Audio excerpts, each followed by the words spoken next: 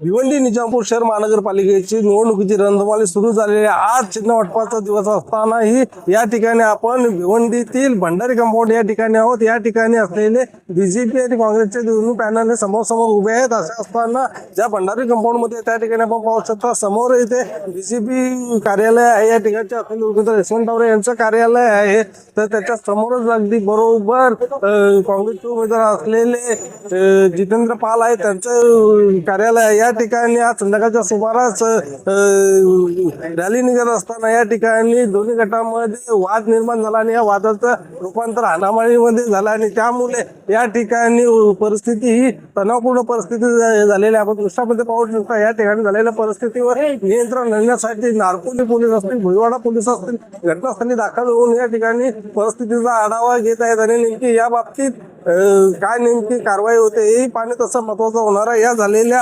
हाणामारीच्या या घटनेमध्ये या ठिकाणी 2 कार्यकर्ते हे जखमी झालेले आहेत। निवडणुकीची सुरू झालेली असताना भिवंडी शहरामध्ये अशा प्रकारचे वाद होण्यास सुरुवात झाल्यामुळे भिवंडीत नेमके पुढे येणाऱ्या निवडणुकीच्या कालावधी नेमकी काय होते हे पाहणं तेवढंच महत्वाचं ठरणार आहे। नरेश पाटील, न्यूज 18 लोकमत, भिवंडी।